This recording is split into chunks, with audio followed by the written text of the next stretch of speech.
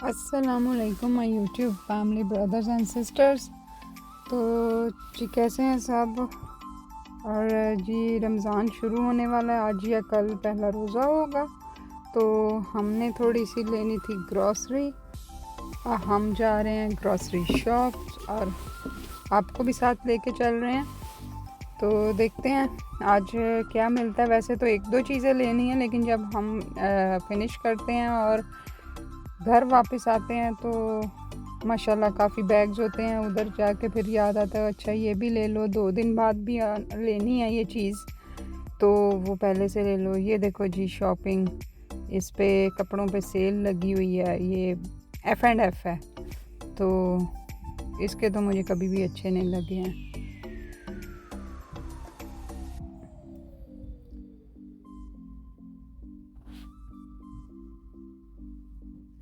कुछ फ्रूट्स लिए हैं जो रूटीन में यूज़ होते हैं, कुछ बच्चों ने यूज़ करने होते हैं, कुछ उनके बाबा ने यूज़ करने होते हैं। तो इसी तरह से आप देख सकते हैं यहाँ पे प्राइसेस एक एक चीज़ की मैं आपको दिखा रही हूँ। सिर्फ मेरे हमवतनों, मेरे पाकिस्तानियों या जो भी मेरी ज़ुबान को समझते हैं, सिर्फ आपकी चीज़ें महंगी नहीं हुई, सारी दुनिया में ये सब चल रहा है। और परेशान होने की ज़रूरत नहीं है, थोड़ा वक्त मुश्किल है, ये भी गुज़र जाता है। लेकिन देखा जाए तो अगर हम महंगी चीज़ दे रहे हैं तो जो हम कर रहे हैं, हमारा बिज़नेस है या जो भी है, या जो जॉब कर रहे हैं, उनकी भी सैलरी बढ़ गई है और हम भी अपनी चीज़ें उसी तरह महंगी करके ही बेच रहे हैं। तो परेशानी क्या है? हाँ, थोड़ा बहुत वो जो होता है ना एक्स्ट्राज, वो थोड़े मुश्किल हो रहे हैं, बाकी मैनेज तो हो रहा है अच्छे से। जिनको एक्स्ट्राज की आदत है या बस चीज़ लेके और बस फेंक दी, उनके लिए प्रॉब्लम है जी। ये देख सकते हैं वेजिटेबल्स, और फ्रेश कोरिएंडर है, फ्रेश मिंट है, चटनी के लिए ज़रूरी होती हैं ये 2-3 चीज़ें।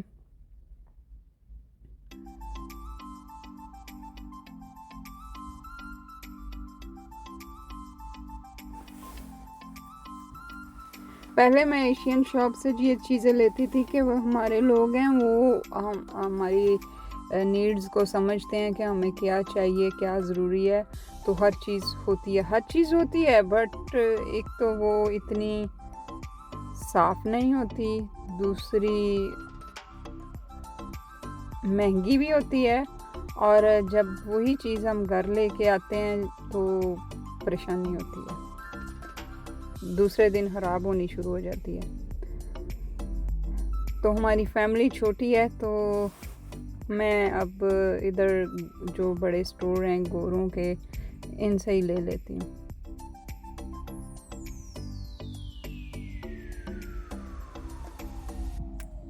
ये ट्रॉपिकल्स हैं और ये सारे पिज़्ज़ाज, फजीटा और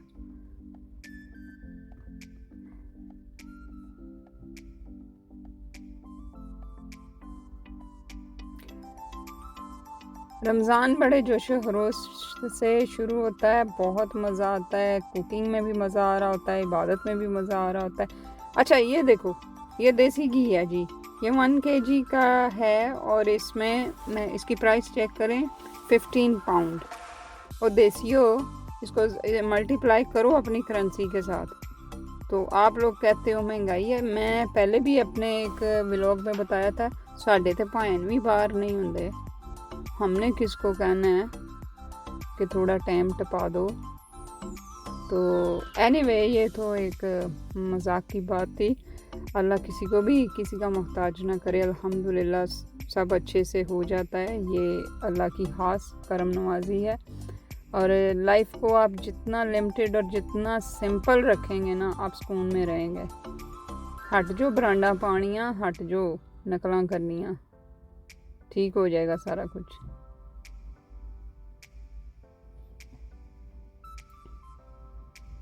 चावल हैं जी, ये चावल देख लें आप, ये चने की दाल है, छोटी है, आई थिंक 1 पाव थी और 145 पाउंड का ये एक पैकेट था। मैं आपको आइसक्रीम सारी दिखा रही हूँ यहाँ पे कौन कौन सी आइसक्रीम है। पहले मैंने सोचा कि मैं ले लेती हूँ, फिर मैंने कहा नहीं, फिर बच्चे भी कहेंगे हमारी भी लो, और फ्रीज़र में जगह नहीं है आइसक्रीम वगैरह के डब्बे रखने की।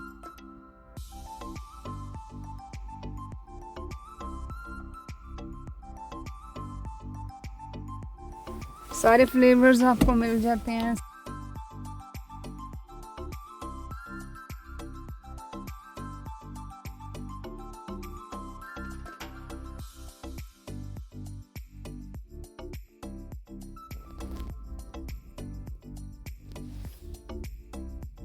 यकीनन आपको मज़ा आ रहा होगा इतने ढेर सारे फ्लेवर्स देख के, जो आइसक्रीम लवर्स हैं।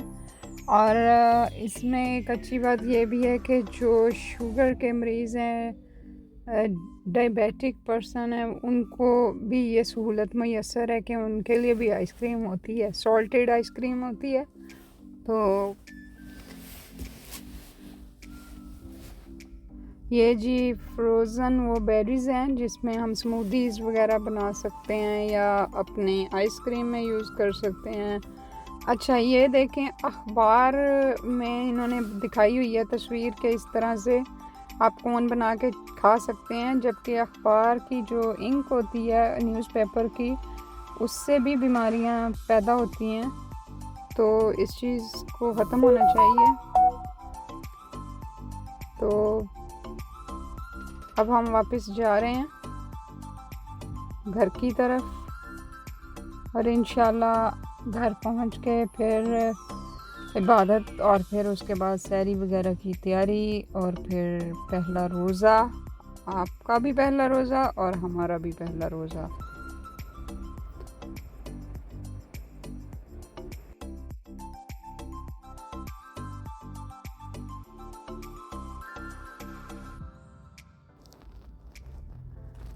तो जी ये अब तैयारियां हो रही हैं उसकी इफ्तारी की, और आज मेरा बहुत बिज़ी डे है, शेड्यूल बहुत टाइट है, बहुत सारी अपॉइंटमेंट्स हैं, फिर इफ्तारी है, बस यही सारा कुछ है।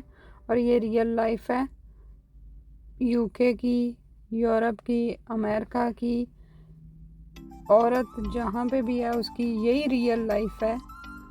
और जो चीज़ें हम ड्रामों में देखते हैं या झूठी सच्ची कहानियाँ सुनते हैं, वो कुछ भी नहीं है, कोई फैंटेसी नहीं है। तो ये मैं बना रही थी अपने हस्बैंड के लिए फ़िश पैटी। तो इसमें क्या क्या है ये आपको मेरे दूसरे चैनल से पता चलेगा कि मैंने क्या क्या डाला है और किस तरह से बनाई है, और काफ़ी मज़ेदार बनी थी, बहुत उन्होंने इंजॉय किया है। तो बस इसी तरह अपने आप को बिज़ी रखें, परेशान ना हों, चूँकि आज एक सैड डे भी है, बरकतों वाला दिन तो है ही अल्हम्दुलिल्लाह। इसमें दो अच्छी चीज़ें हैं, एक तो रोज़ा है, सबसे बड़ी बात, बरकत वाला महीना और पहला दिन, और दूसरा कि 23 मार्च जो हमारे पाकिस्तान का दिन है, करारदाद मंजूर हुई थी। और सैड इसमें यह है कि आज के दिन मेरी अम्मी हमें छोड़ के इस दुनिया से चले गए थे, तो इस लिहाज से सैड डे है। बट सैड इसलिए भी नहीं हो सकते कि फिर बच्चे परेशान होते हैं, फैमिली डिस्टर्ब हो जाती है, तो काम कर लें फिर उसके बाद सैड होते हैं। तो जी ये मेरे कटलेस वो पैटीज़ जो उसके फ़िश के थे वो रेडी हैं, तो इमली की चटनी के साथ, और बच्चों के लिए अलग से चीज़ें बनी हैं।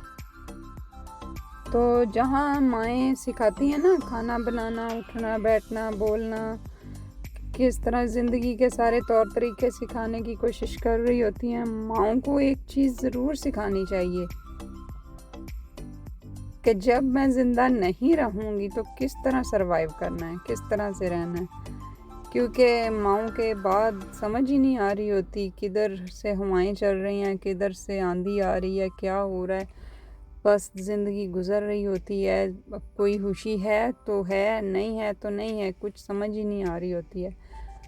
और ऐसा नहीं है कि साल बाद, माँओं के जाने के साल बाद ही, या कोई हमारे पास नहीं है तो उसकी बरसी जो एक बन गया हुआ टिपिकल, कह सकते हैं रस्म सी के जी बरसी या सालगिरह या कुछ के साल बाद ये रिश्ते याद आते हैं, ऐसी बात नहीं है। माँ वाहिद रिश्ता है जो किसी भी लम्हे नहीं भूल पाते। मेरा ख्याल है कि सब इस बात पे एग्री करेंगे कि जब हम खुश हो रहे होते हैं, कहीं ना कहीं हमारे अंदर कुछ नमी ज़रूर होती है, और वो नमी की वजह होती है कि हम उस कमी को महसूस कर रहे होते हैं। तो जब हम उस कमी को महसूस कर रहे होते हैं तो खुश तो हमें होना पड़ता है या दिखाना पड़ता है हमारे आसपास के लोगों को कि हम आप में मौजूद हैं, बट हम मौजूद नहीं होते। हम पूरी ज़िंदगी बहुत मुश्किल से गुजारा कर रहे होते हैं ये साबित करने के लिए कि हम उनके साथ हैं, हम उनके पास मौजूद हैं, पर हम मौजूद नहीं होते।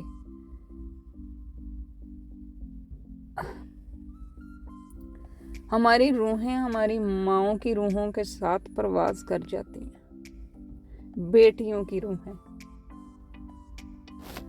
तो चलें, आज मैं आपको एक पोइम सुनाती हूँ जो मैंने कभी खुद लिखी थी अपनी अम्मी के लिए। तो अपसेट नहीं होना बस, और अगर पसंद ना आए तो फिर भी कोई बात नहीं, क्योंकि उस वक़्त मेरी एज छोटी थी जब मैंने लिखना शुरू किया था। तो चले मैं शुरू करती हूँ और आपको पोइम सुनाती हूँ। उससे जाने की जल्दी थी, उससे जाने की जल्दी थी, मुनासिब न था रोकना उसे। उसकी पुश्त पर जमी मेरी निगाहें थीं, मची थी दिल में इज़्तिराबियत। हुई थी होंठों पर जुम्बिश मगर बहुत हल्की, हुई थी होंठों पर जुम्बिश मगर बहुत हल्की। मैं बेबस तो थी वो भी मजबूर, मैं बेबस तो थी वो भी मजबूर। लग कर गले मेरे वो बच्चों की तरह रोई थी। वो चाहती कि न जाने दे उसे कोई, वो चाहती थी कि रोकूं मैं उसको। वो चाहती कि न जाने दे उसे कोई, वो चाहती थी कि रोकूं मैं उसको। उफ कितनी बेबस, कितनी खामोश वो आंखें, रुकते उठते बेबस कदम उसके, रुकते उठते बेबस कदम उसके। कब फरामोश कर पाई हूँ मैं, कब फरामोश कर पाई हूँ मैं जुदाई का वो एक एक अजाब लम्हा। काश तू मुझे जाते समय, काश तू मुझे जाते समय एक बार मुड़कर हसरत से यूं न देखती।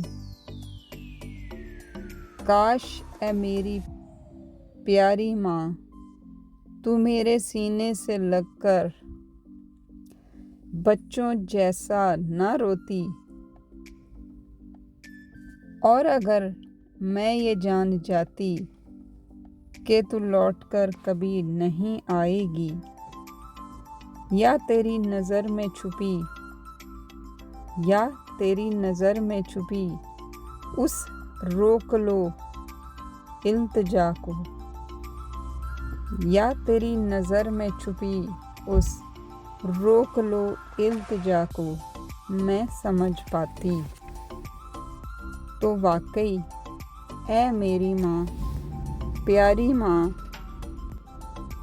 मैं तुम्हें अपने सीने में छुपा लेती।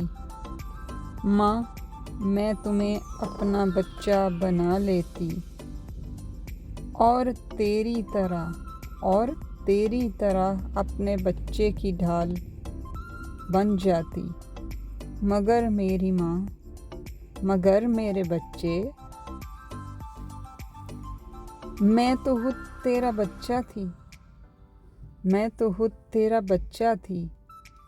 और भला बच्चा बच्चे को कैसे संभालता है।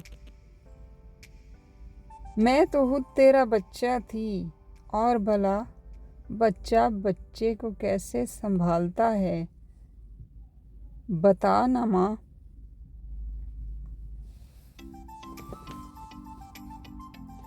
बता ना माँ, बोल ना मेरे बच्चे। तो ये थी मेरी अम्मी के लिए मेरी लिखी हुई एक पोएम। तो मुझे पसंद है, मुझे बस पसंद है। आपको नहीं भी आई है तो कोई बात नहीं। तो अपनी ज़िंदा माँओं का ख्याल रखें प्लीज़। और जो नहीं हैं उनके लिए कोई सदका किया करें, उनके लिए दुआ किया करें। और बस जी, इसके साथ हमारा इफ्तारी का टाइम भी होने लगा है। तो अल्लाह ताला सबके रोज़े खैरियत से निभाए और इसका अजर व सवाब आपको दे, आपके वालिदैन को दे। और अपना ख्याल रखिएगा। व्लॉग पसंद आए तो लाइक एंड सब्सक्राइब कर लीजिएगा और दुआ में याद रखिएगा। अल्लाह हाफिज़।